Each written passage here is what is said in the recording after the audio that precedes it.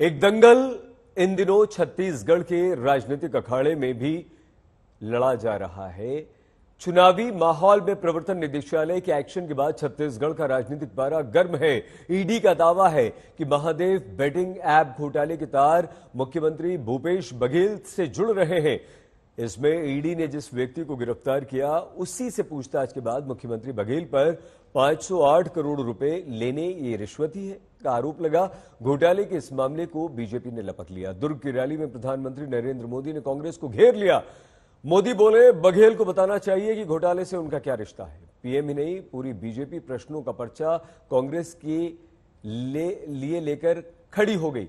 ऐसे में बघेल से लेकर खड़गे तक बीजेपी पर पलटवार कर रहे हैं। बघेल कह रहे हैं कि बीजेपी को शर्म नहीं आती, वो मुझे बदनाम कर रही है। लेकिन सबसे बड़ा प्रश्न यह है कि चुनाव के ऐसे समय में जब इस घोटाले की किताब के पन्ने खुल रहे हैं तो इसमें कांग्रेस को क्या बहुत नुकसान हो सकता है जो छत्तीसगढ़ में फायदे में नजर आ रही थी।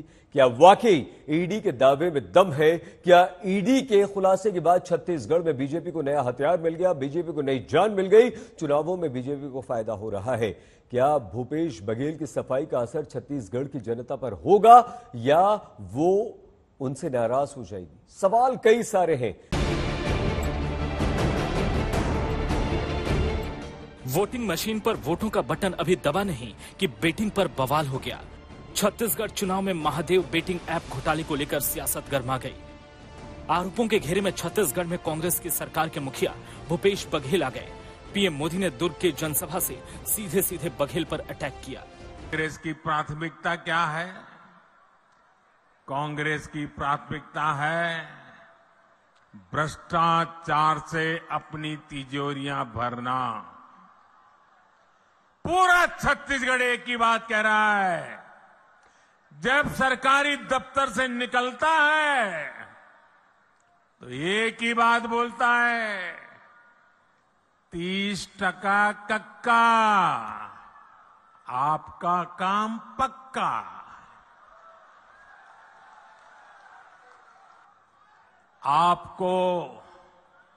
आपको लूटने का कोई मौका नहीं छोड़ रही। इन्होंने तो महादेव के नाम को भी नहीं छोड़ा है। चुनावी माहौल में चौतरफा हमले के बाद सीएम बघेल को सामने आना पड़ा। उन्होंने कहा कि छत्तीसगढ़ में बीजेपी डर गई है, इसलिए मुझ पर झूठे आरोप लगा रही है। कि आनंद फानन में आप नाम रख रहे हो, इसका मतलब ये है कि आप मुझे बदनाम करके, मतलब सबसे ज्यादा डरा हुआ भारतीय जनता पार्टी मेरे से डरा हुआ और इसका कारण से वो आरोप लगा कि मुझे बदनाम करना चाहते हैं। वो भारतीय जनता पार्टी का है, वो तो खुलेआम करती है, कोई शर्म आया नहीं है। महादेव बेटिंग ऐप घोटाला छत्तीसगढ़ में प्रमुख चुनावी मुद्दा बन गया है। पीएम मोदी के हमले के बाद कांग्रेस अध्यक्ष मल्लिकार्जुन खड़गे ने बीजेपी पर पलटवार किया। वो उनका काम ही है कि लोगों को डराना, लोगों को फंसाना और वर्करों को डिमोरलाइज करना। लेकिन छत्तीसगढ़ में कोई ऐसे डरने वाले वोटर्स नहीं है, नेता नहीं। दरअसल गुरुवार को छत्तीसगढ़ में एक सर्च ऑपरेशन के दौरान ईडी को एक बड़ी कामयाबी हासिल हुई थी। इसमें 5 करोड़ 39 लाख रुपए नकदी पकड़े गए। ईडी की यह कार्रवाई Mahadev book online betting app syndicate की जांच के दौरान हुई। ईडी का दावा है कि महादेव बुक ऑनलाइन बेटिंग घोटाला 6000 करोड़ से ज्यादा का है। ईडी का दावा है कि छत्तीसगढ़ के सीएम भूपेश बघेल को ऐप के प्रमोटर्स ने 508 करोड़ रुपए दिए। ईडी के दावे के मुताबिक कैश कुरियर असीम दास ने लिया बघेल का नाम। आपको बता दें कि ईडी ने असीम दास को गिरफ्तार किया था। ईडी ने जब असीम दास से पूछताछ की तो उसने बघेल का नाम लिया। करीब 5 करोड़ कैश के साथ असीम दास गिरफ्तार हुआ था। यानी मामला 508 करोड़ के घोटाले का है। मौका चुनावी है, इसलिए यह मुद्दा आग की तरफ फैल गया है। ऐसे में सभी अपने अपने हिसाब से गुणा गणित लगा रहे हैं। देश को मालूम होना चाहिए कि जो न कोर्ट में फाइल्ड है, न चार्जशीट में है, न एफआईआर में है, न पब्लिक डोमेन में है, वो सबसे पहले एक बैठे हुए मंत्री को मालूम पड़ जाता है।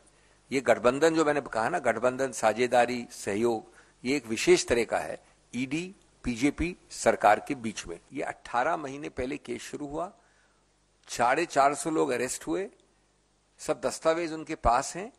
ये 5 दिन में इतनी आवश्यकता हो गई है स्मृति ईरानी जी को एक प्रेस कॉन्फ्रेंस लेने की? 5 दिन बचे हैं चुनाव के, 4 दिन पहले वाले प्रसंग के लिए। असीम दास ने अपने स्टेटमेंट में यह कबूल किया है कि वो दुबई से आदेश अनुसार रायपुर आए। उनको आदेश ये हुआ था कि कांग्रेस के चुनाव के खर्चे के लिए पैसा दिया जाए। आपको बता दें कि छत्तीसगढ़ विधानसभा की 90 सीटों के लिए 7 और 17 नवंबर को 2 चरणों में मतदान होना है। ऐसे में राज्य में नए खुलासे ने कांग्रेस के लिए सिरदर्द बढ़ा दिया है। मुंबई से देवेश सिंह, रायपुर से सुमी राजप्पन के साथ आज तक ब्यूरो।